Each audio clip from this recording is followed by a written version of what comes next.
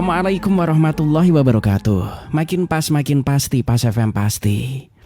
Bismillahirrahmanirrahim. Mitra Pas FM yang dirahmati Allah, pertama-tama segala puja dan puji hanyalah milik Allah Subhanahu wa taala, dan bersyukur karena dalam kesempatan pagi ini kita masih diberikan nikmat hidayah, masih diberikan kesehatan sehingga kita bisa bersua dalam program spesial kajian kitab Hadis Targhib wa Tarhib. Tak lupa juga sholawat ma'asalam kepada junjungan kita Nabi Allah Muhammad Sallallahu Alaihi Wasallam yang kita nantikan syafaatnya di hari kiamat nanti. Baik mitra Pas FM yang dirahmati Allah, senang rasanya pagi ini saya Arif Vanili bisa kembali hadir untuk Anda. Inilah program kajian kitab Hadis Targhib wa Tarhib yang insya Allah selalu bisa Anda simak setiap hari Ahad dari pukul 5 hingga pukul 7. Dan topik kita pagi ini sudah sampai pada anjuran tawadu dan larangan sombong. Ini adalah bagian kedua atau pertemuan yang kedua. Tentunya nanti Anda bisa bergabung berdiskusi, ada sesi tanya jawab yang bisa Anda manfaatkan. Anda bisa masuk melalui line telepon di 02953858877 untuk telepon ya. Sementara khusus untuk WhatsApp Anda bisa kirim suara Anda voice note ataupun tulisan teks Anda di 085277999101. Kami juga live menggunakan audio visual di fanspage kami Radio Pas FM Pati 2. Podcast kami ada di sana, linknya bisa Anda share ke iwan Anda, dan ketika acara ini selesai nanti Anda bisa putar ulang sehingga Anda bisa ndres lagi atau mengkajinya kembali kalau memang ada beberapa hal yang kurang Anda pahami atau Anda ingin ngulang kembali. Dan pagi ini sudah rawuh di Studio 1 Radio Pas FM Pati narasumber kita untuk memberikan pencerahan. Beliau adalah Bahyai Muhli Sulati Khoiron, pengasuh pesantren dan Majlis Dzikir Raudhatus Salam Tambah Harjo Runting Pati. Assalamualaikum warahmatullahi wabarakatuh, Yai. Waalaikumsalam warahmatullahi wabarakatuh. Monggo, Yai. Bismillah, alhamdulillah, wal khairu wa syarru bima syi'atillah. La hawla wa la quwata illa billah. Amma ba'da.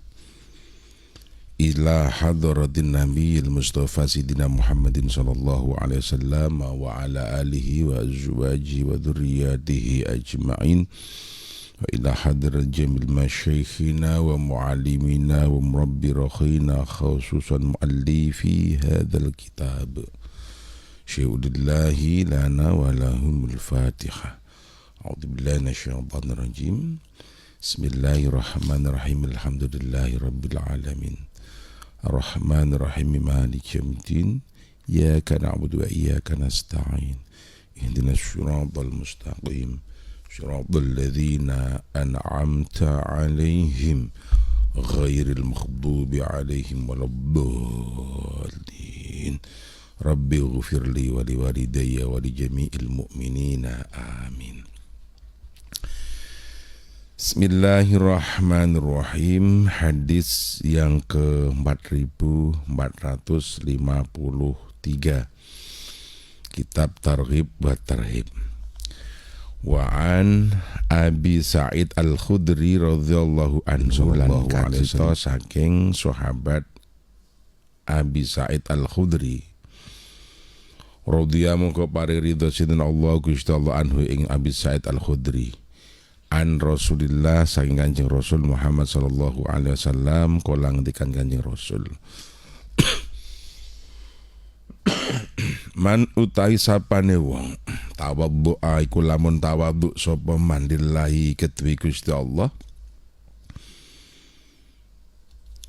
apane darajatan derajate ya yarfa'u mongko bakal ngunggulake ing man sinten Allah Gusti Allah darajatan apane derajate, hatta yaj'alahu Allah sehingga ndadekake Allah ing man, hatta yaj'alahu sehingga ndadekake hu ing man sinten Allah Gusti Allah fi a'lal iliyyin ing dalem during dhuwur. Wa man lan utai sapane wong takabbara iku lamun takabbur sapa man Allah ing Gusti Allah darajatan apan derajate, ya dha'ahu monggo bakal ngrendahake ing man sinten Allah Gusti Allah apane derajatan derajate, hatta yaj'alahu singgo ndadekake Allah ing man fi asfalis safilin ing dalem ngisor-ngisor. Rawahu Ibnu Majah wa Ibnu Hibban fi sahihihi, ing dalam sahih Ibnu Majah wa Ibnu Hibban.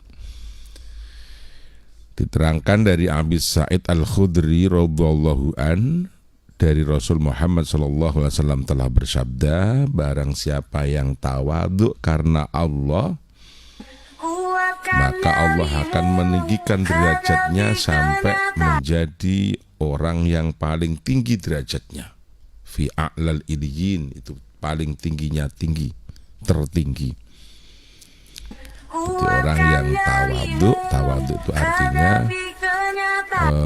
bahasa simpelnya ya ngajini wong liya. Ngajini wong liya karena Allah. Jadi ngajini wong liya karena Allah, maka Allah akan meninggikan derajatnya sehingga menjadi orang yang paling tinggi derajatnya. Dan barang siapa yang takabur, lawan dari tawadhu, takabur itu sombong lah. Sombong dalam sifat dan perangai. Jadi sombong itu ya merasa dirinya lebih daripada orang lain, itu sombong. Sombong itu merasa dirinya ya atau merendahkan ke suatu hal, itu namanya sombong. Itu menganggap dirinya lebih baik, lebih mampu, pokoknya lebih lah daripada yang lain. Itu namanya kesombongan. Nah, maka barang siapa yang sombong apalagi di hadapan Allah, maka Allah akan menjadikan rendah derajatnya, bahkan yang paling rendah sekalipun. Na'udzubillah min dzalik. Nah, maka tinggalkan kesombongan, takabur. Ini sifat yang tidak bagus, tidak boleh, bahkan haram. Bahkan kalau kita itu ada ketakaburan, kesombongan dalam hati sekecil dzarrah, maka kita akan sulit masuk surga. Jadi man kana fi qalbi dzarratan minal kibri la yadkhulul jannah. Barang siapa yang di dalam hatinya ada kesombongan walau kecil satu dzarrah, maka pasti tidak akan masuk surga. Nah, artinya surga itu memang ditempati orang-orang yang anti terhadap kesombongan. Tapi surga dan kemuliaan derajat diberikan pada orang-orang yang senantiasa tawadhu, dalam arti ngajeni dateng liyan. Ada tawadhu dalam arti rendah hati, bukan rendah diri. Kalau rendah diri namanya minder. Nah, itu tidak perlu, karena sesungguhnya setiap orang di hadapan Tuhan itu sama. Innallaha la yanzur ila suwarikum wa ajsadikum walakin yanzur ila qulubikum. Allah sesungguhnya tidak melihat penampilanmu, casingmu, zahirmu, jasadmu, tapi Allah hanya melihat hatimu. Nah, maka jangan silo akan penampilan orang, jangan terpukau dengan titi zahiri wong liya. Karena itu bagi Allah tidak dinilai itu. Nah, maka tidak perlu rendah diri atau minder, tapi yang dibutuhkan rendah hati atau tawadhu. Nah, jadi rendah hati atau tawadhu itu yang dibutuhkan. Dengan cara apa? Ngajini wong liya karena Allah. Nah, ini maka Allah akan mengangkat derajatnya yang lebih tinggi. Kemudian hadis ini sahih ya menurut Ibnu Majah dan Ibnu Hibban. Wa an Umar bin Khattab radhiyallahu anhu, lan kacerita saing Umar bin Khattab radhiyallahu anhu, la a'lamahullahu illa rafa'ah. Yaqulullahu tabaraka wa ta'ala, la a'lamahu, orang ngertenake ing ma illa rafa'ah, kecuali ketinggian derajat. Kala ngendikan Umar yen yaqulus dawuh sinten Allah tabaraka wa ta'ala, ing dawuh ya Allah, wa man tawaddu ali hakadha wa ja'ala yazidu batina kaffihi il ard wa adnaha. Man utai sapane wong tawadhu aiku lamun tawadhu sapa man li kedue ingsun hakadha ing mengkene maksude wa ja'ala lan dadekake yazidu tambah batina kafi ing jero epe-epeke man ilal ardi maring bumi wa adnahanan luwih rendah ing bumi ya rafa tuhu mongko ngangkat ingsun ing man hakadha ing mengkene wa ja'ala dadekake batina kafihi ing dalem jerone epe-epe wong ila sama maring langit wa rafa'aha lan ngunggah ing epe-epe nahwa sama ing pan langit rawa Ahmad wal Baros. Jadi Umar bin Khattab bercerita bahwa Allah Subhanahu wa taala itu berfirman, barang siapa yang tawaduk kepadaku, dalam arti dia menjadikan dirinya lebih dekat dengan bumi, banyak sujud. Jadi ketawaduan kepada Tuhan. Jadi ada tawaduk kepada makhluk, ada tawaduk kepada Tuhan. Tawaduk kepada makhluk berarti ngajeni. Tawaduk kepada Allah berarti banyak sujud, banyak beribadah, itu namanya tawaduk kepada Allah. Jadi telapak tangannya, dahinya lebih banyak dibawa turun ke bumi. Maka orang ini akan diangkat derajatnya oleh Allah, ditinggikan derajatnya oleh Allah.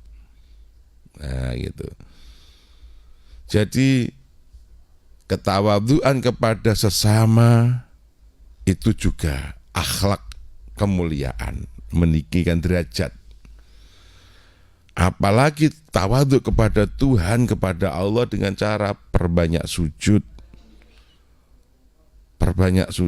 dan perbanyak mengangkat tangan ke langit untuk berdoa.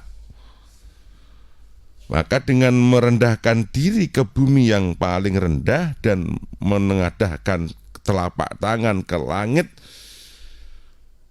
ini akan menjadikan derajat kemuliaan di hadapan Allah Subhanahu wa taala. Maka simbolnya orang ibadah itu ya turunkan badan dan mengangkat tangan.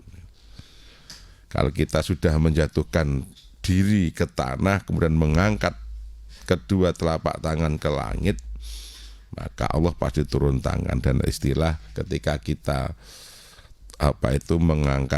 menengadahkan diri ke langit, maka Allah akan menurunkan rahmat.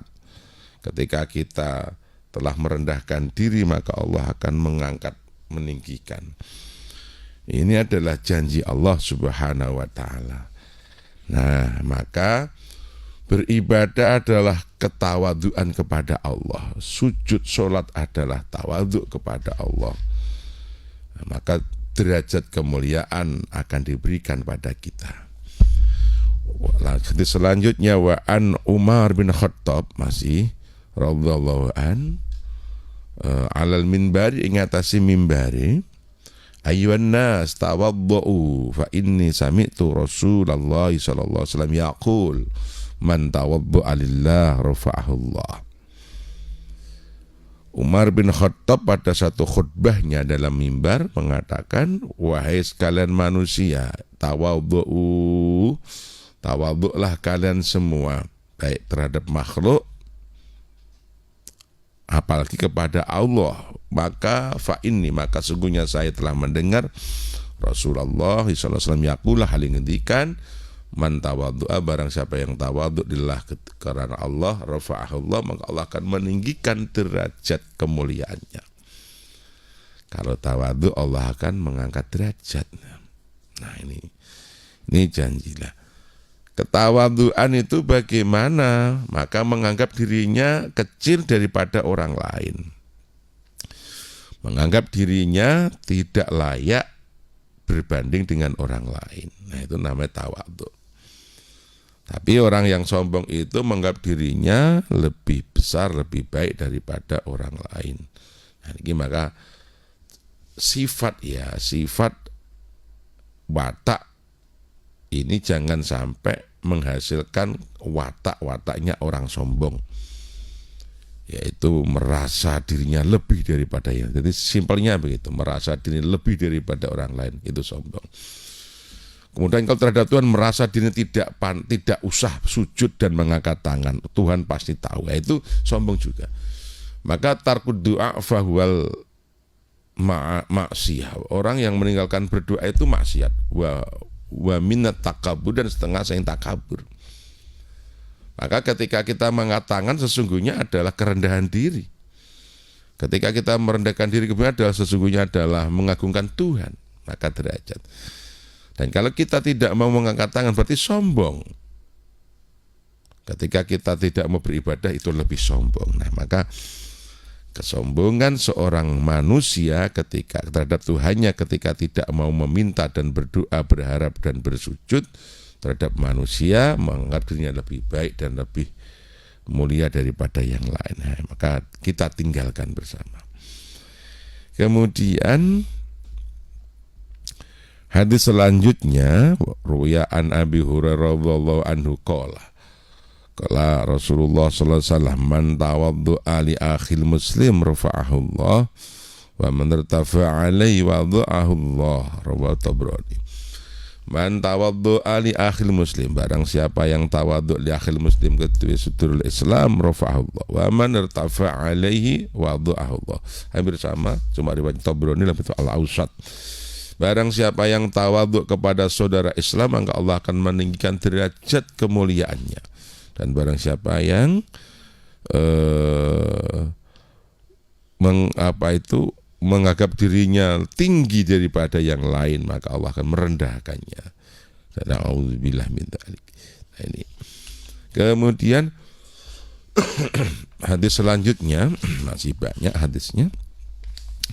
Wa an Abdullah bin Umar radhiyallahu anhu an Rasulillah sallallahu alaihi wasallam, iyyakum wa tiyasira kabeh wal kibra ing sombong. Fa innal kabra, maka satene sombong yakunu ana fir rajuli ing dalem wong lanang. Fa inna alaihil abaah, senajan sak temene aling sing wong kang sombong iku abaah, tolol. Rawahu Tabrani. Diterangkan dari Abdullah bin Umar an Rasulillah, saya Kanjeng Rasul, takutlah kalian kepada kibir. Kibir penyakitnya atau takabur. Nah, itu sombong. Takutlah kamu terhadap sifat sombong, yaitu merasa lebih kepada orang lain atau enggan sujud dan berdoa. Karena sesungguhnya sombong itu ketika ada dalam diri orang, maka orang itu sesungguhnya orang bodoh. Al-aba'ah itu bermakna tolol, mohon maaf, itu bodoh itu. Na'udzubillah min dzalik. Jadi sesungguhnya dia tidak pandai sesungguhnya. Sehingga dia itu hanya tafakhur, tak sombongnya, tapi sesungguhnya ya bodoh. Karena kenapa dia itu begitu? Sesungguhnya dia itu bodoh gitu. Tidak pandai. Sehingga memperlihatkan dia seolah-olah pinter, seolah-olah lebih begitu. Nah, na'udzubillah, itu yang mengendikan Rasulullah. Maka jangan sampai. Allah itu punya sifat yang tidak boleh diterima manusia, di antara al-mutakabbur. Karena yang pantas sombong itu hanya Allah, merasa lebih itu hanya Allah. Manusia itu dibikin sama. Derajatnya di hadapan Allah juga sama-sama mulia gitu. Nah, artinya dari sisi kemanusiaannya Allah memuliakan manusia. Tapi sisi perilakunya Allah memilih mana yang taat, mana yang tidak.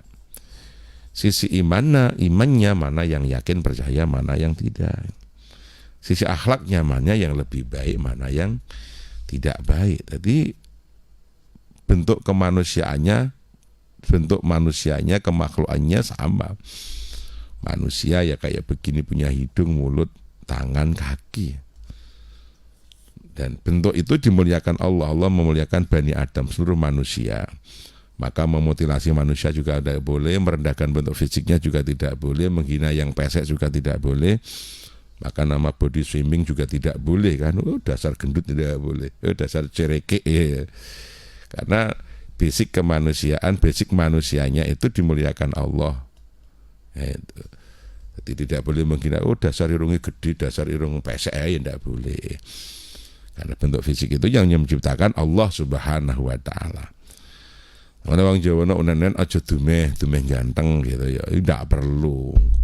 Ojo minder, ojo cilik ati dumeh elek. Ya enggak perlu, biasa. Elek apik itu sebetulnya anugerah, yang diberi bagus mungkin ya ujian, diberi bagus yang diberi juga diuji oleh Allah. Kamu dikasih wajah penampilan yang sempurna, sempurna itu ya ganteng, gede, dhuwur, putih gitu ya. Itu apakah dengan kegantengan itu untuk ganteng-gantengan, untuk kesombongan? Nah itu ditanyakan. Begitu kamu yang bikin jelek, wis ireng, cilik, tengil, ngentutan, tuwik, cilik, tuwik, ngentutan, main ceretan, gondone gak enak, lenguk, melarat pisan. Apa kemudian terus minder, kemudian terus tidak mensyukuri atas itu semua? Ya juga jangan. Sahabat Nabi itu macam-macam. Ibnu Mas'ud itu penuh dari model sahabat yang kecil secara fisik, jelek, tidak ganteng, tidak gagah, tidak seperti Sayyidina Ali yang tampan, mempesona, pinter, dur gitu. Tapi tetap beriman dan tetap yakin, tetap pede. Bilal bin Rabah hitam legam, kulitnya kayak angus itu, tetap pede. Maka di hadapan Rasulullah semua itu menjadi pede semua. Yang hitam legam juga pede, tetap dihargai Rasul. Walau latar belakangnya budak, orang yang tidak punya status, juga menjadi pede dan hebat. Bahkan Nabi percaya itu. Tentang azan sholat aja Nabi mempercayakan kepada Bilal. Ya. Kemudian Ibnu Mas'ud seorang pembantu, bentuk fiknya pendek, ya model kerdil kayak begitu, masa-masa pendek begitu ya selek gitu.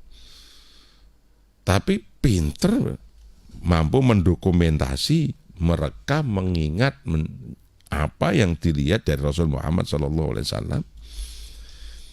Dan semuanya menjadi mulia. Yang kaya sekalipun di hadapan Nabi itu juga tidak bisa merasa kaya. Yang miskin sekalipun seperti Sauban juga tidak minder. Di hadapan Rasul semua menjadi rata sama gitu loh. Yang kaya ya menjadi biasa, yang miskin sekalipun, yang dari kasta terendah atau yang bangsa ya menjadi sama di hadapan Nabi itu. Nah, disitulah kehebatan Rasulullah membangun mental spiritual umat itu, tidak ada perbedaan. Nah, maka ketakaburan dilarang, ketawaduan ditekankan.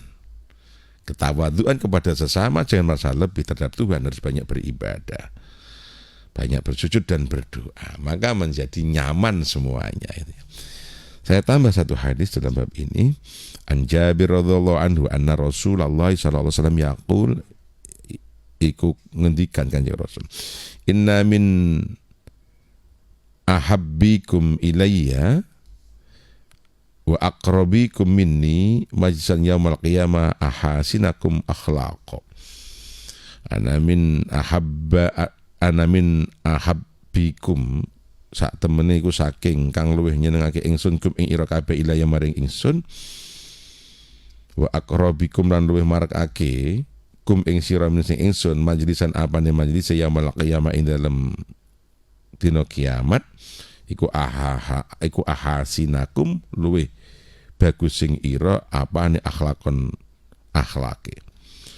Wa inna abghabakum lan sak temene kang luwih ngethingake kum ing ira ila marang ingsun, wa ab'adang luwih ngedoake kum ing ira min sing ingsun iku majlisan apa dengan lungguh yaumul qiyamah ing dina kiamat iku atar sarun wal mutasaddiqun wal mutafahiqun. Kira-kira begini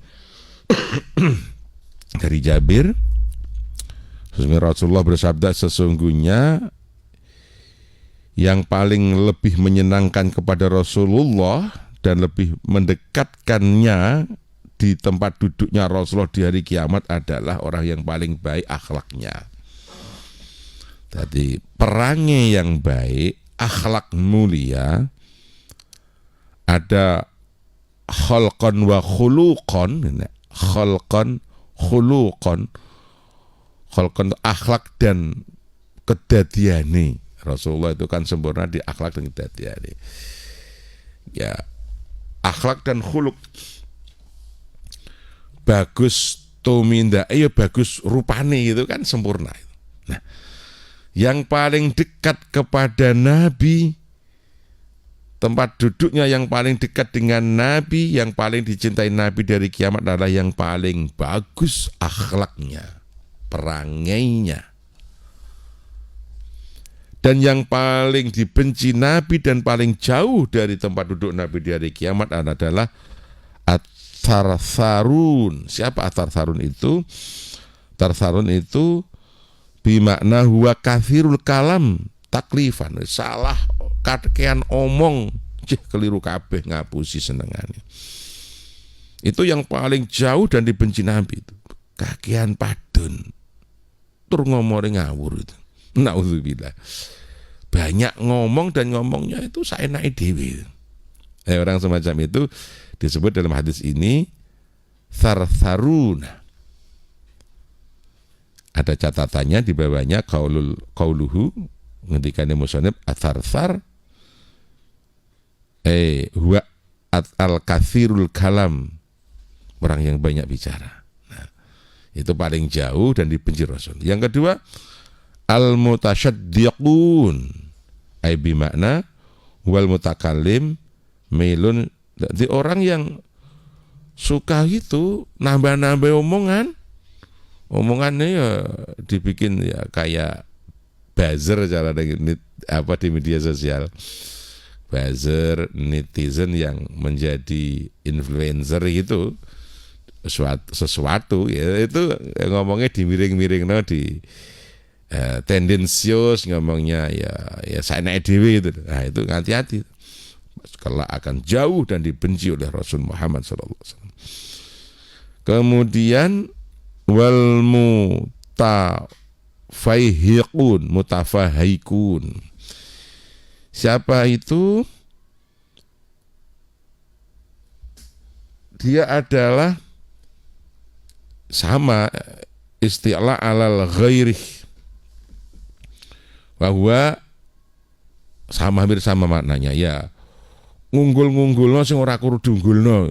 Ya berlebihan lah dalam membicarakan sesuatu, mengomentari sesuatu, apalagi tentang dirinya.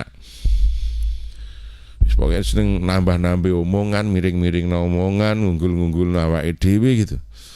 Orang-orang semacam ini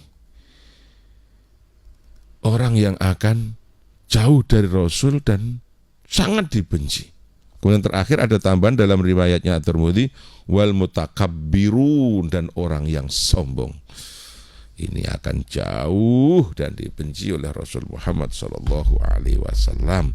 Nauzubillah min dzalik. Semoga kita semua dijauhkan dari sifat-sifat tercela ini. Amin. Allahumma amin. Baik, untuk Anda Mitra Pas yang masih tetap stay tune di 101 FM Radio Pas Pati, saluran informasi warga Pati. Pertanyaan-pertanyaan Anda, untuk Anda berdiskusi bersama Abah Yai, saya nantikan Anda bisa telepon di 0295385877. Untuk WhatsApp bisa Anda manfaatkan di 085277999101. Kami akan segera kembali setelah pariwara-pariwara yang akan lewat berikut ini. Oke Mitra Pas, kita masuk di sesi kedua program spesial Kitab Hadis Targhib, kajian Kitab Hadis Targhib Batarhib Mitra Pas. Dan pagi ini sekali lagi kita membahas tentang anjuran tawaduk dan larangan sombong. Anda bisa bergabung untuk berdiskusi langsung bersama Abah Yai. Silahkan bisa telepon di 0295385877. Sementara untuk WhatsApp bisa Anda manfaatkan di 085277999101. Yang sudah bergabung di 3858877. Halo, assalamualaikum Pas FM Pati. Halo, assalamualaikum. Waalaikumsalam. Dari siapa, di mana Bapak? Ini dari Kertomulyo, Mas. Monggo. Dari Pak Kastoki Kertomulyo. Ji. Saya mau bertanya kepada Pak Ustadz. Assalamualaikum Pak Ustadz. Waalaikumsalam. Ini pertanyaan saya mengenai sholat Jum'ah, Pak. Sholat Jumat itu kan bisa dikerjakan di rumah 2 rakaat. Seperti sholat yang di masjid. Dia itu kan tidak harus berjamaah dan tidak harus kemana di masjid. Apakah bisa kita mengerjakan di rumah 2 rakaat seperti di masjid? Seumpama ada udzur syar'i. Dan lagi pula bisa diganti dengan sholat zuhur 4 rakaat. Pak, Pak, rumahnya itu apa dekat dengan masjid atau gimana, Pak? ya dekat, tapi kan ada udzur syar'i, misalnya Nggak mungkin keluar sudah rumah tua, ya. ya jalan saja sudah kangelan itu. Nggih, oke. Ya kadang-kadang kan jadi kendala nih. Baik. Mohon kendaraan saya Pak Ustaz. Assalamualaikum warahmatullahi wabarakatuh. Waalaikumsalam warahmatullahi wabarakatuh. Karena kadang orang yang udzur syar'i ini juga hatinya terenyuh ketika melihat saudara-saudaranya yang masih fisiknya bagus, masih mampu ke masjid, itu rasanya gelo banget gitu loh, Yai. Mohon pencerahannya, Yai. Sebetulnya bisa dianalisis dulu begini, dan dianalisis dari hukum dasar sholat Jum'ah. Sholat Jum'ah itu kan ada perintah khusus dari Allah. A'udzubillahi minasyaitonirrajim. Ya ayyuhalladzina amanu idza nudiya lis-sholati min yaumil jum'ah fas'au ila dzikrillah wa dzarul bai' dzalikum khairul lakum in kuntum ta'lamun. Wahai orang-orang mukmin, jika dipanggil atau ada panggilan di hari Jum'ah, maksudnya ya ono adzan zuhur di hari Jum'ah, fas'au ila dzikrillah, bergegaslah untuk menuju ingat pada Allah. Maksudnya bergegaslah ke masjid untuk menjalankan sholat khusus di hari Jum'ah. Ini menurut ahli tafsir secara mayoritas lah. Jadi ayat itu menerangkan tentang panggilan khusus di waktu zuhur hari Jum'ah. Maka untuk melaksanakan sholat namanya sholat Jumu'ah. Itu satu. Di lain sisi, kita itu setiap hari diperintahkan sholat oleh Allah. Namanya sholat maktubah atau 5 waktu setiap hari. Zuhur, asar, maghrib, isya, subuh. Berarti dalam waktu zuhur itu ada kewajiban 2. 1, kewajiban zuhur di setiap harinya. Nomor 2, kewajiban sholat Jum'ah di hari Jum'ah. Maka di hari Jum'ah itu seolah-olah ada 2 kewajiban di waktu zuhur. 1, kewajiban sholat zuhur. 2, kewajiban sholat Jumu'ah. Nah, bagaimana kalau ada 2 kewajiban yang sama? Maka cukup lakukan yang 1, yaitu sholat Jum'ahnya dan zuhurnya tidak. Berarti kalau sudah sholat Jum'ah, zuhurnya boleh ditinggalkan. Sama dengan dikiaskan dengan ketika ada praktek sholat dalam satu waktu, praktek khutbah dalam satu hari, maka cukup melakukan sekali saja. Contohnya Idul Fitri jatuh hari Jum'ah, itu ada khutbahnya. Kemudian nanti siang juga ada sholat Jum'ah yang ada khutbahnya. Maka boleh melakukan hanya yang 1. Katakan Idul Fitri tok, kemudian tidak Jumatan juga boleh. Nah, dengan demikian maka teranglah bahwasanya ketika sudah melaksanakan sholat Jum'ah, maka tidak usah melaksanakan sholat duhur, karena kewajiban duhur telah terwakili dengan melaksanakannya sholat Jum'ah. Begitu juga ketika kita tidak bisa sholat Jum'ah, maka sholatlah duhur. Nah itu. Nah, tentunya ada beberapa syarat untuk mengganti atau boleh meninggalkan sholat Jum'ah. Nah, dalam kitab-kitab fikih, ulama itu memudahkan kita untuk memahami Islam itu ketika kita membaca fikih. Nah, fikih itu apa? Produk ilmiah dari kajian-kajian pengajaran Islam. menurut madhab dan penerus madhab. Kenapa? Karena Islam dulu sifatnya informasi yang parsial.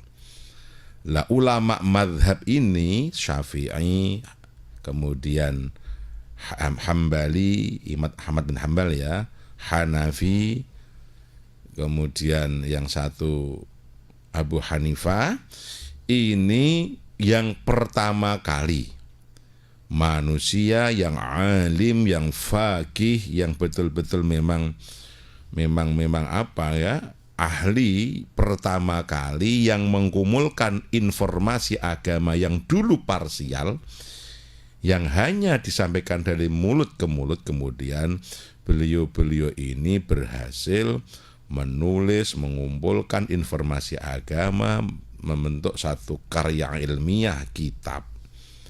Maka disinilah diakui oleh ulama dunia, diberikan sebuah madhab atau metodologi mengamalkan, memahami agama yang dulu parsial atau terpisah-pisah, terpotong-potong menjadi satu untuk difahami mudah.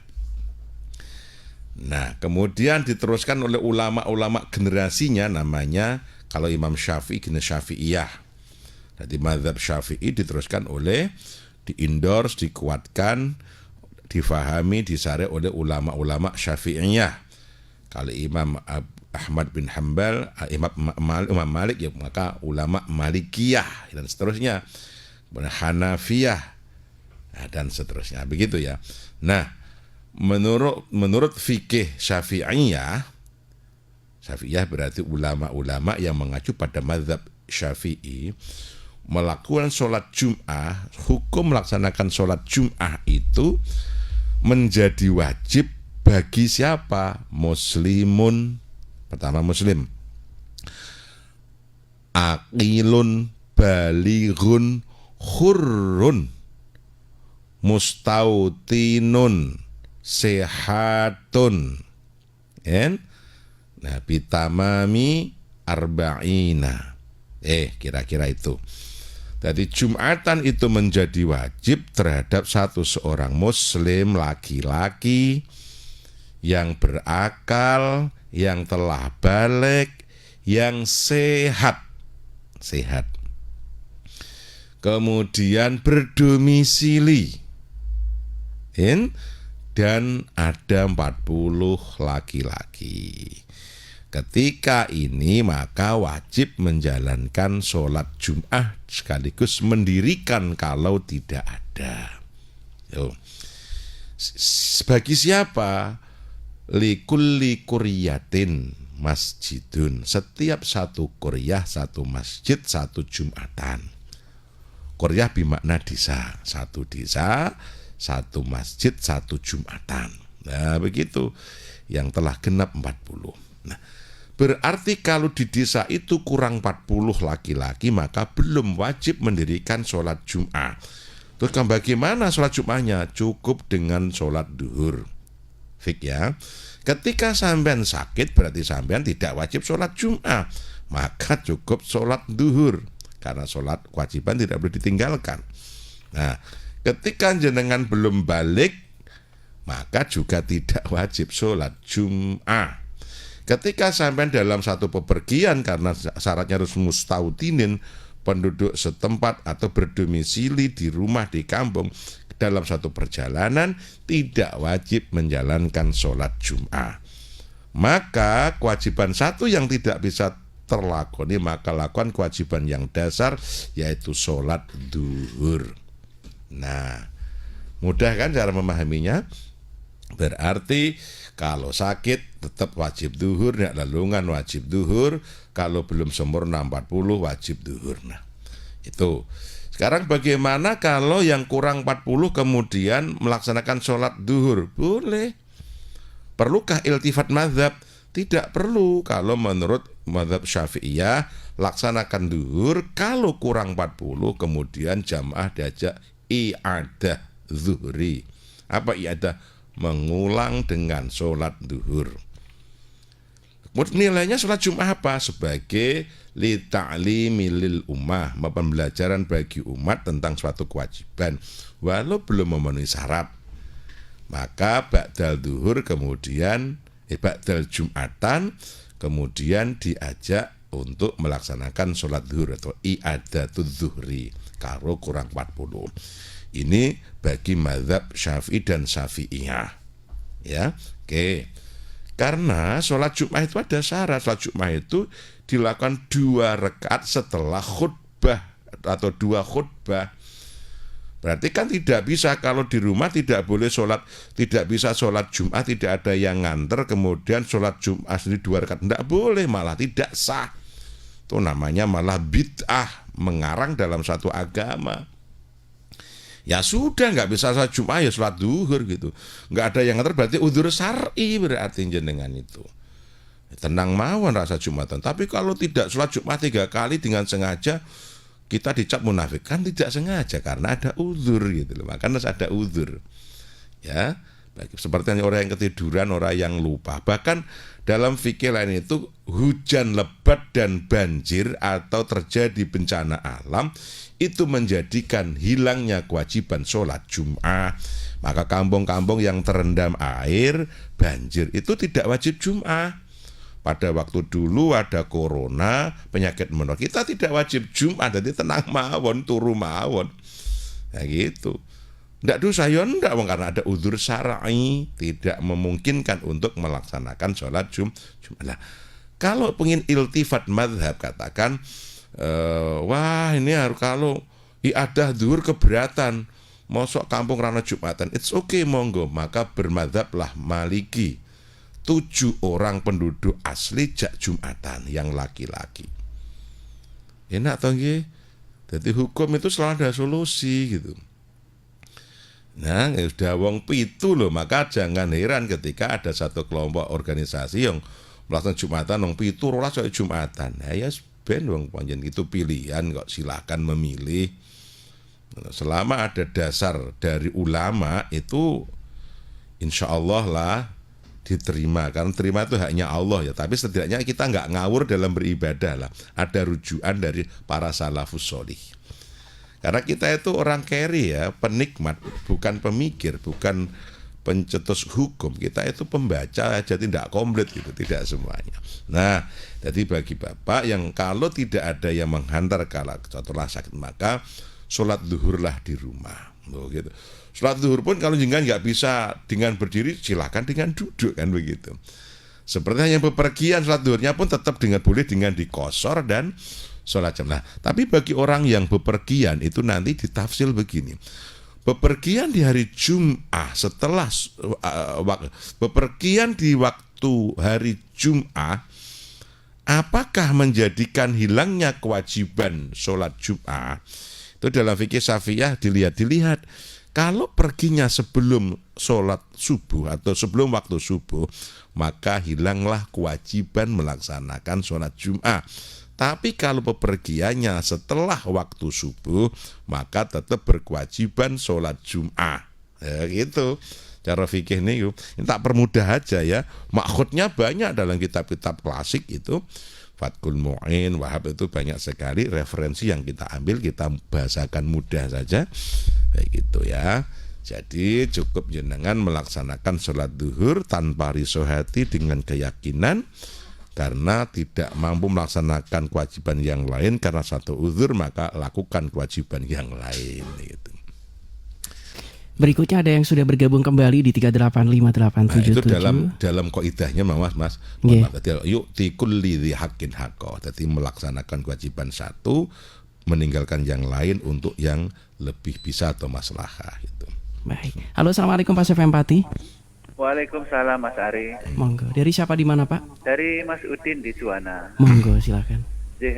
Begini apa masih menyangkut tentang salat Jumat kalau misalnya khutbah sedang berlangsung terkadang kan ada kotak amal yang lewat itu apa kan khutbah itu kan tidak boleh beraktivitas apapun gitu apa.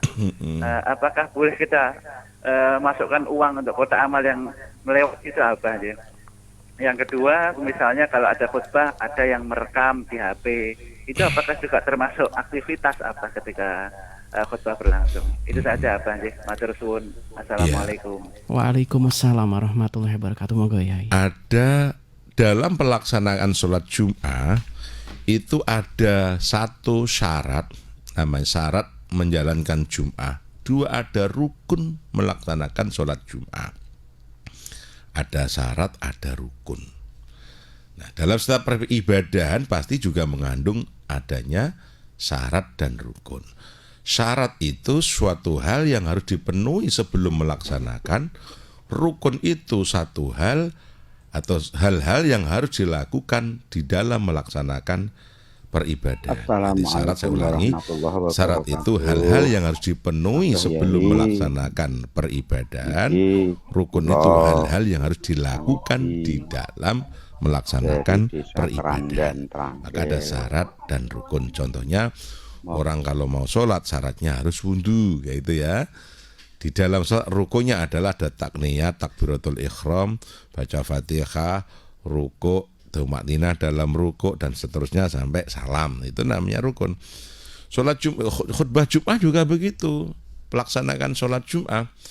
Syaratnya sholat Jum'ah tadi kita sebutkan harus orang Islam yang telah balik, berakal, muslim atau muslim ya, laki-laki berarti ya. Islam yang laki-laki berarti perempuan tidak wajib. Yang balik, berakal, sehat, berdomisili. Kemudian apalagi tadi, merdeka, tidak dalam rampasan kemerdekaannya. Bagaimana orang-orang dalam penjara? Nah, itu nanti ada bahasan tersendiri ya. Apakah orang di dalam penjara itu tidak wajib sholat Jum'ah? Ya dilihat penjara sekarang semacam apa. Kan dulu dan sekarang beda. Kalau dulu orang kalau di penjara itu betul-betul dirampas hak kemanusiaannya, hak kemerdekaannya. Sekarang enggak ternyata. Sekarang penjara namanya bukan penjara, tapi lembaga pemasyarakatan. Hak peribadahnya tidak ada yang dirampas, bahkan diberi, difasilitasi, dibimbing. Nah, maka beda lagi nanti kajiannya itu.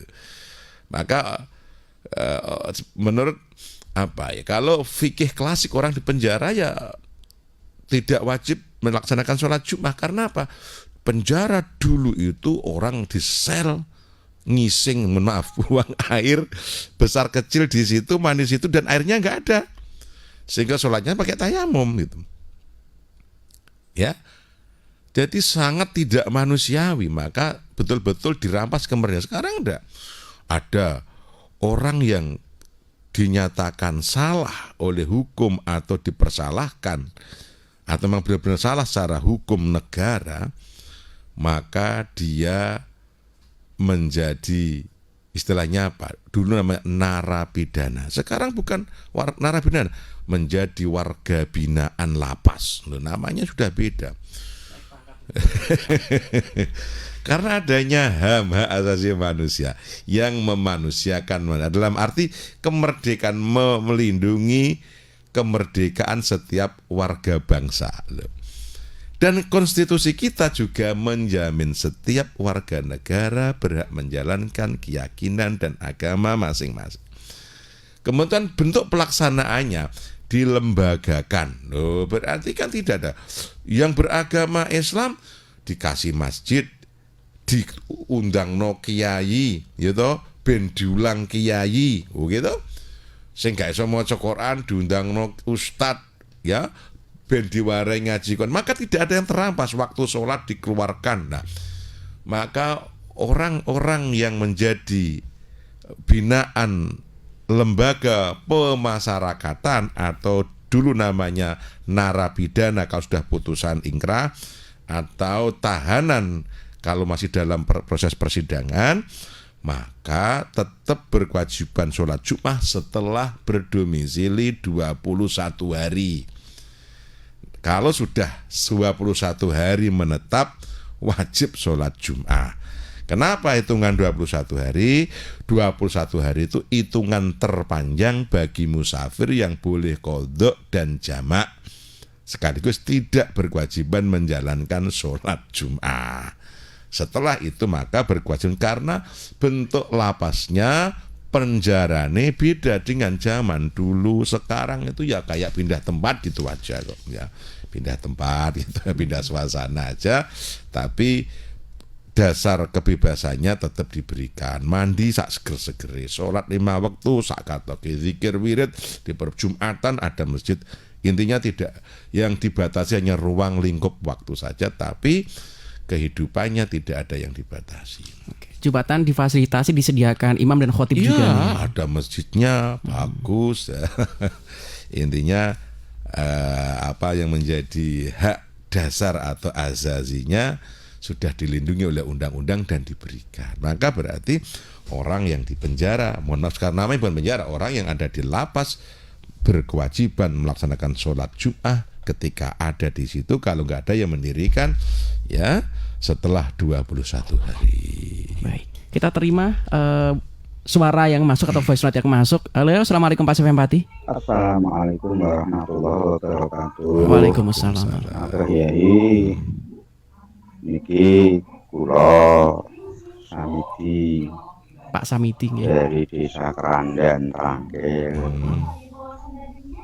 Mohon untuk diberikan tip agar kami bisa cepat sadar, menangkap, memahami bahwa diri sendiri itu sebetulnya memiliki sifat-sifat yang tercela itu. Tidak marah, benci ketika orang lain menunjukkan sifat-sifat yang tercela pada diri ini. Terima kasih Pak Kiai. Assalamualaikum warahmatullahi wabarakatuh. Waalaikumsalam warahmatullahi wabarakatuh. Monggo ya. Ya, tip untuk menjadi lebih baik lah. Ya tip memang itu yang dari kajian orang-orang dulu ya. Imam Ghazali dalam kitabnya Ihya Ulumuddin, kitab tasawuf yang menjadi andalan ya di mayoritas muslim, itu kajiannya kan paling komprehensif, paling mendalam lah. Kemudian dari kitab itu menjadi kitab-kitab kecil, ditulis di berbagai macam kitab, menjadi banyak literasi dari kitab ini. Itu intinya ya memang tazkiyatun nafs,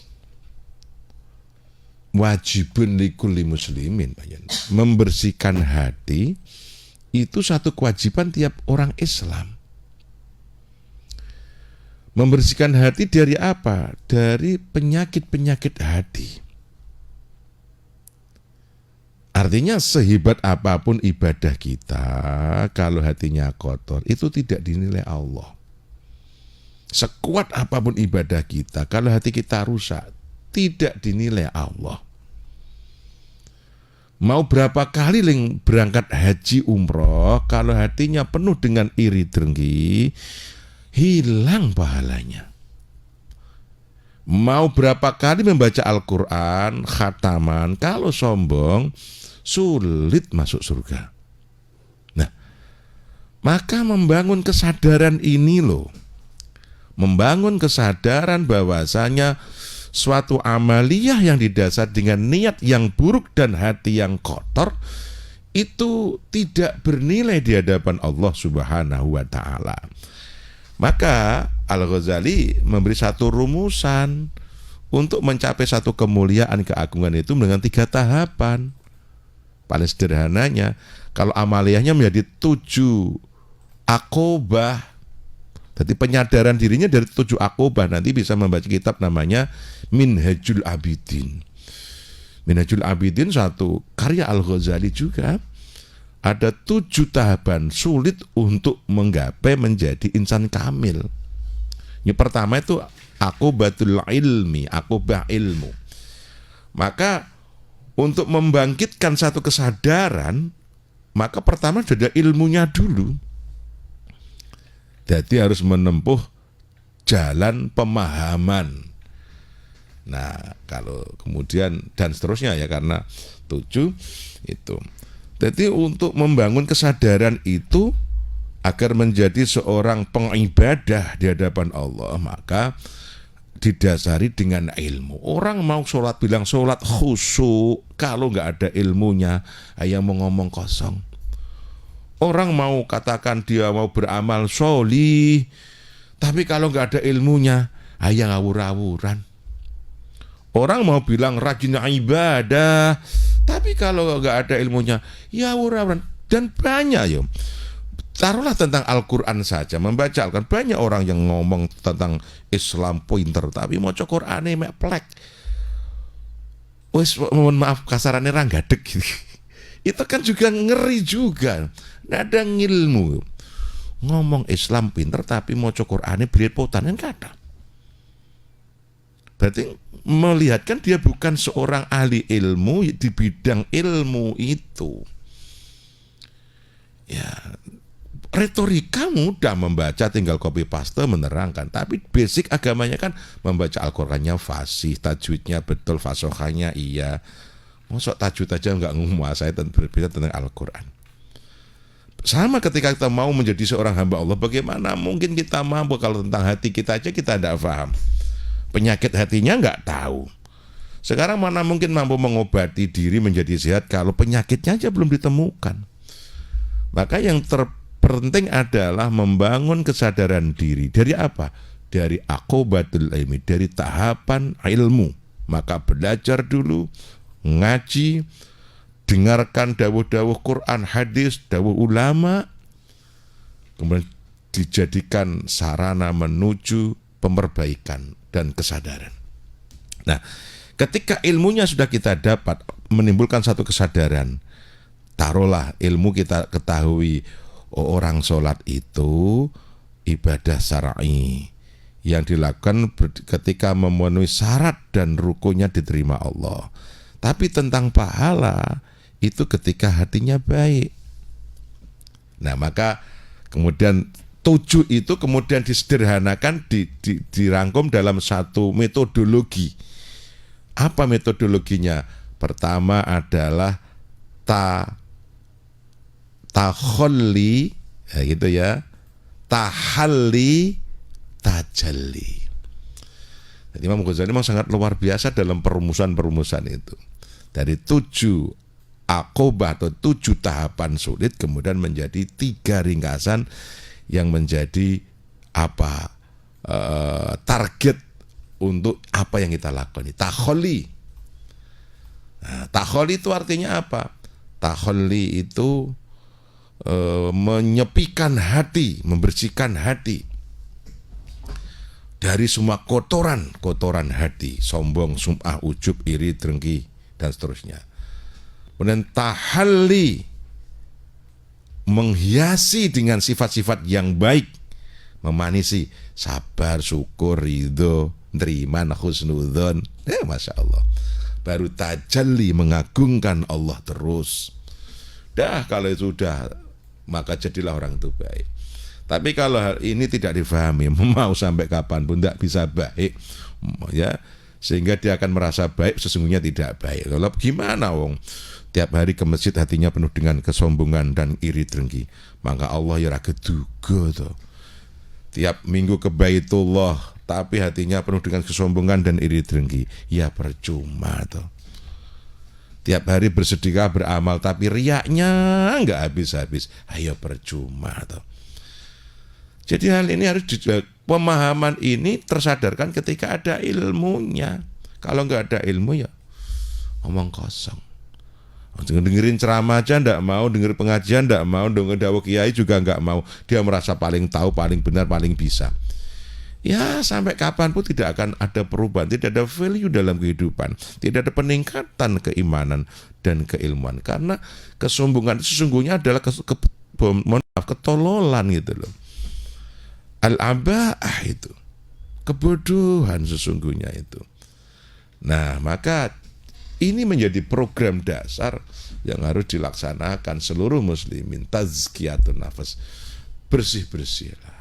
Ayo resik-resik bareng-bareng, ngresiki hati dari sifat-sifat yang tercela. Kita takhalli bareng-bareng, kita sepikan hati dari, bersihkan hati dari sifat-sifat tercela. Baru tahalli, menghiasi hati.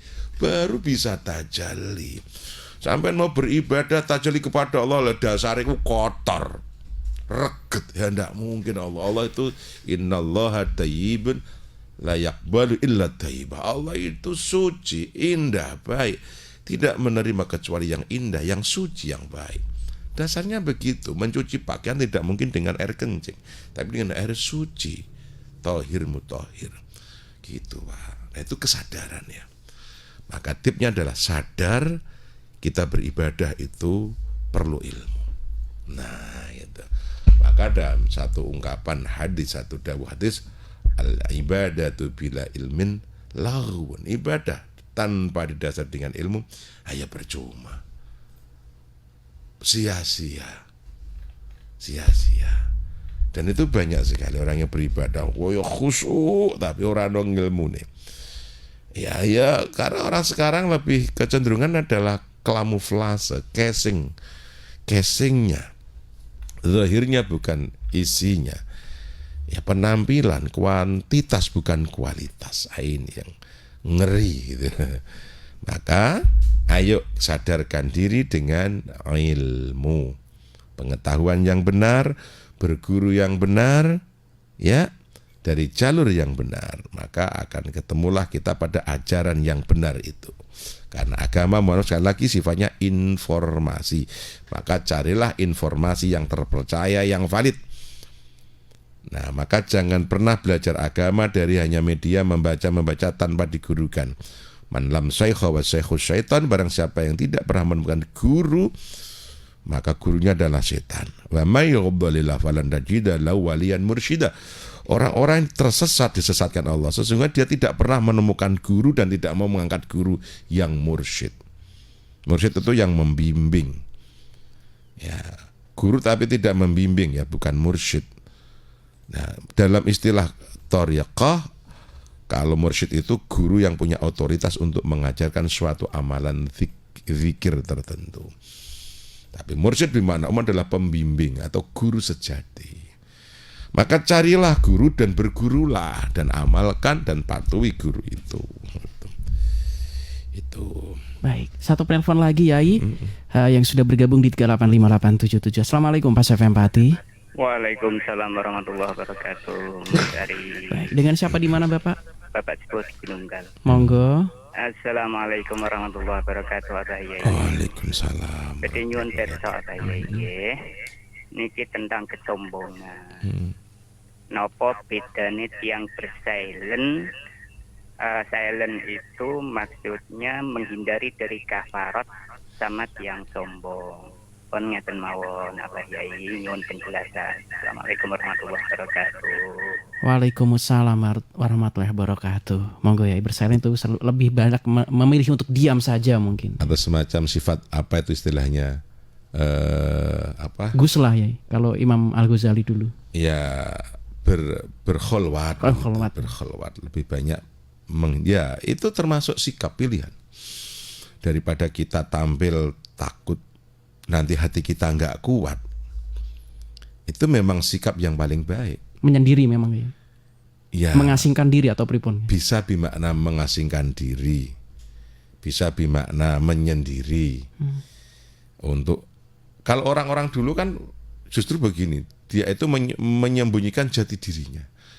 Ada kelompok namanya Malwatiyah itu kan, yang diantara pengajarannya adalah dia itu takut kalau dikatakan baik, takut kalau dikatakan beribadah, takutnya kalau dia menjadi sombong, sehingga memperlihatkan zahirnya itu buruk. Dia kelihatan ahli mabuk, ahli tidak pernah ibadah, ahli tidak pernah sholat itu. Tapi ketika sudah nggak ada orang, dia sebetulnya beribadah, sholat, dan hatinya kepada Allah. Orang-orang dulu ekstrim begitu ya. Kita tidak perlu semacam itu ya, karena Islam juga boleh menzahirkan ibadah selama tidak riya. Sebagai tanda syiar, jadi tidak perlu ibadah juga disembunyikan, dizahirkan, yang penting tidak riya, kan begitu. Sedekah juga begitu, tidak harus siri juga. As-shadaqatul alaniyah tadfa'ul bala Wa shadaqatus sirriyah tadfa'u ghadba rabbi. Jadi sedekah yang diperlihatkan itu juga menolak bala. Sedekah yang dirahasiakan mampu menahan marahnya Allah. Berarti kan diperlihatkan juga tidak apa-apa, disembunyikan juga boleh. Pilihan itulah. Nah, diperlihatkan asal tidak riya. Yang dilarangkan al-muraun. Orang-orang yang riya, ya toh, orang-orang yang riya itu memamerkan peribadahnya, mau pergi tahajud, kemudian difoto selfie, ya kemudian dipamerkan orang, diunggah di media sosial. Nah, ini loh yang tidak boleh itu. Berhaji entah tahunnya kapan, kemudian ngalor ngidul juga pengen diundang haji, atau ya selalu berbicara tentang aku haji dan sebagainya itu. Berumroh juga demikian. Itulah yang nggak boleh. Ya silahkan ibadah diperlihatkan tidak apa-apa, karena Nabi juga memperlihatkan. Nabi 13 tahun bersembunyi dalam ibadahnya dan dakwahnya. Kemudian setelah itu juga zahiron, ya bil alaniyah, berdakwah dengan terang-terangan, beribadah terang-terangan. Dulu bersembunyi-sembunyi. Nah, maka selama tidak riak, maka it's okay, tidak apa-apa. Tapi kalau mau menyembunyikan itu pilihan. Contohlah, saya nggak kuat kalau harus tampil di hadapan umum. Hatiku belum kuat, maka kemudian tidak untuk tampil. Silahkan, itu pilihan. Tapi harus ingat, khairun nas anfa'uhum linnas. Sebaik manusia adalah yang paling banyak bermanfaat bagi orang lain. Kalau menjadi soleh mudah, sampai duduk tidur di rumah mager, sholat 5 waktu, itu soleh. Tapi untuk menjadi manfaat itu memang harus ada risiko dibuat, harus berjalan, berbuat, capek, dipahit uang dan sebagainya, terkadang dituduh riak, sombong dan sebagainya. Ya itu risiko. Tapi percayalah, kemanfaatan itulah yang sesungguhnya dibutuhkan, akan menghasilkan satu kebarokahan. Karena solih tok itu tidak bisa menghasilkan berkah dan manfaat. Ya harus solih, harus membawa manfaat, maka menghasilkan barokah begitu. Nah maka Imam Ghazali itu melatih kita tidak harus kemudian menyembunyikan diri kita, tapi menyembunyikan amaliyah kita. Tidak harus menyembunyikan diri ini, tapi menyembunyikan ibadah. Ono istilah dalam tasawuf Jawa itu, Jeng Sunan Kali itu dalam satu ajaran, dalam serat Babat Jati ya namanya, ya ditulis oleh Sinuwun Dalem, Sultan Agung itu kan, jadi istilahnya lakonono topongrami. Jadi ada banyak falsafah di situ, termasuk sepi ing pamrih, rame ing gawe. Jadi topong rame terus urip sakjroning pati. Itu sebetulnya ajaran tasawuf Jawa, dalam arti tasawuf wong Jawa gitu loh. Tapi dari ajaran kasepuan, ketasawuban, tadi ajaran hakikat. Ya untuk apa tujuannya? Untuk menjaga hati tadi, tazkiyatun nufus, sehingga ngelaku topong rame dalam arti dalam keramaian itu tidak harus menonjolkan kebaikan. Berarti dia tetap beraktivitas seperti banyaknya orang agar menjadi orang yang bermanfaat. Tapi hatinya senantiasa kepada Allah, tidak kepada manusia itu loh. Itu yang paling sulit. Kalau topong ngumpet gitu semua orang ya kuat hidup di hutan, di gua tanpa siapa, ya pasti tanpa dosa lah. Tapi sekarang berbaur dengan banyak orang, bersosial kemasyarakatan, tidak melakukan dosa. Itu yang hebat. Wis ono manfaate, atine selamat, nggo keberkahan namanya. Nah, itu yang harus dilakukan sekarang. Tasawuf kuno mengajarkan orang itu menjadi gembel, mohon maaf pakainya compang-camping begitu ya, kemudian manggone nenggone makom, nenggone musola, kemudian mangan ngasak-ngasak begitu ya. Nggak begitu, Islam itu nanti terpuruk sedemikian. Hiduplah layak, hiduplah di kantor, ya, hiduplah di apartemen yang mewah dengan kemegahan keduniawian. Ning hatimu, hati kita itu bersama Allah. Ketika dalam keramaian dunia, makan sepikan hatimu bersama Allah. Ketika kita dalam satu kesendirian, makan ramekan hatimu berzikrullah. Itu berarti bisa menjadi apa saja, di mana saja.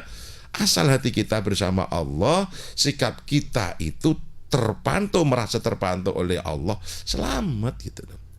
Ibnu Athaillah As-Sakandari konon kaya katanya gitu. Ya, semua ulama kaya, cuma kan tidak, ya artinya kekayaan itu cukup di tangan ya. Harta cukup di tempatnya, mobil di parkiran, tidak ada yang masuk ke dalam hati. Itulah keberhasilan ulama-ulama dulu itu.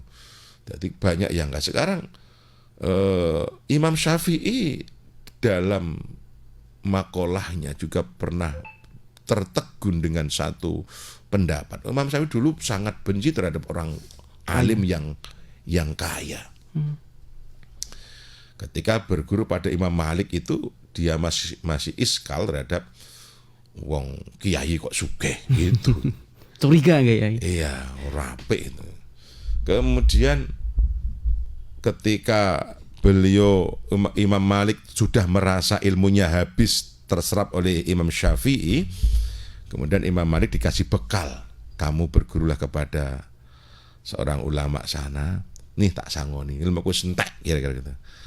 Jadi ternyata begitu sampai kepada guru ini, beliau ini ngalim sugih, baru ngitung duit ini meja di ruang tamu lah kira.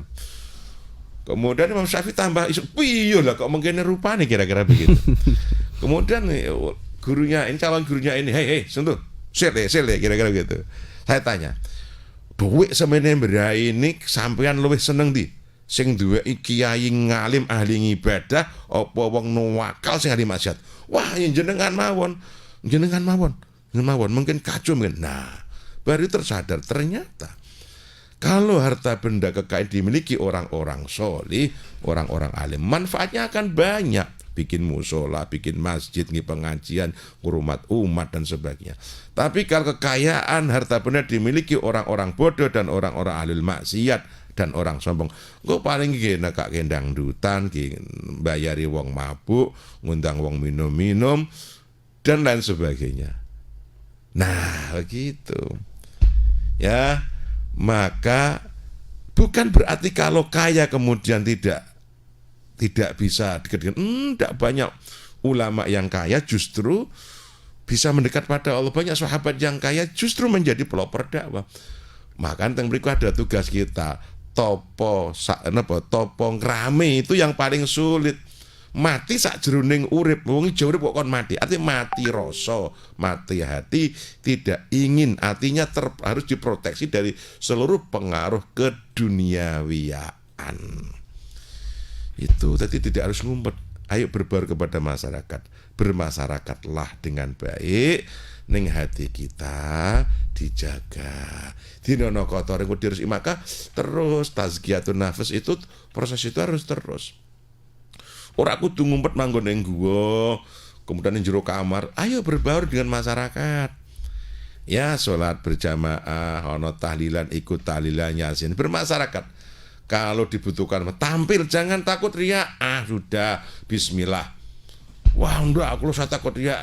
Justru itulah nafsu yang menipu kita, karena apa ya? Nafsu dan setan itu menjungkir balikkan kewarasan kita. Itu hati-hati itu. Dalam tasawufnya disebut ghurur namanya. Kena ghurur, tipuan-tipuan yang seolah-olah kalau begitu kita baik, sesungguhnya kita malah buruk. Kena ghurur. Maka hati-hati juga dalam orang-orang yang menempuh jalan-jalan suci ya, mohon maaf, atau salikin ini, itu juga nanti kena ghurur, tipuan-tipuan, tipu daya yang seolah baik tapi ternyata tidak baik. Nah, tahu itu ketika ada ilmunya, gitu loh. Nah, maka jangan takut kemudian untuk menghindar kemudian harus ngumpet, enggak, berbaur tetap hatinya itu loh. Maka sifatnya manusia itu harus saling, atau umat Islam harus saling tausiah, wa tawasau bil haqq wa tawasau bis sabr. Saling pesan berpesan, eling tinelingan, gitu loh. Jadi jangan ada yang merasa lebih baik dan lebih benar. Karena yang saat ini baik belum tentu besok itu baik. Yang saat ini benar bisa jadi saya itu khilaf, namanya manusia. Pokok belum mati itu ya manusia gitu loh. Maka orang-orang solih yang sudah mencapai derajat tinggi dan baik amalnya biasanya disimpan Allah. Wis kamu wis apik, wis cukup, tak simpen dengan cara diwafatkan. Itu sesungguhnya adalah disimpan ketika sudah pada titik kesempurnaan. Maka biasanya tidak panjang umurnya. Ya, ada yang panjang juga sih ya. Nah, tapi iku lho apik kok ya. Kalau nggak begitu mani rusak nanti malah. Nah, gitu. Baik. Kita sudah di penghujung acara ya, sebelum kita closing mohon doanya ya. Hanya hidayah Allah yang mampu membawa kita pada pemahaman, pencerahan, pengamalan. Maka teruslah minta hidayah pada Allah Subhanahu wa taala. Bertambahnya ilmu, harta benda, pangkat derajat yang tidak ditambahi hidayahnya Allah, maka hanya akan bertambah jauh dari Allah Subhanahu wa taala. Lihatlah orang yang pinter itu dulu rajin ibadah, sekarang tidak beribadah. Lihatlah orang yang sudah punya pangkat itu dulu tidak punya pangkat, rajin ibadah, sekarang justru tidak pernah sholat subuh. Lihatlah orang yang kaya itu dulu ketika miskin rajin beribadah, berdoa, tawasul, sekarang kaya, seolah-olah ini adalah hasil kerja kerasnya. Itulah namanya orang yang tidak bertambah hidayahnya. Na'udzubillah min dzalik. Maka kunci dasarnya adalah ihdinas syiratal mustaqim. Teruslah minta hidayah Allah. Insya Allah kita akan menjadi orang yang selamat dan terus diselamatkan. Amin. Allahumma amin. Ya Rabbal Alamin. Demikian, billahi taufiq wal hidayah. Assalamualaikum warahmatullahi wabarakatuh. Waalaikumsalam warahmatullahi wabarakatuh. Mitra Pas kajian kitab hadis Targhib wa Tarhib insya Allah selalu hadir setiap hari Ahad dari pukul 5 hingga pukul 7. Terima kasih untuk kebersamaan Anda. Saya Arifan Nili mohon pamit undur diri. Informasi Pas FM pasti. Wassalamualaikum warahmatullahi wabarakatuh.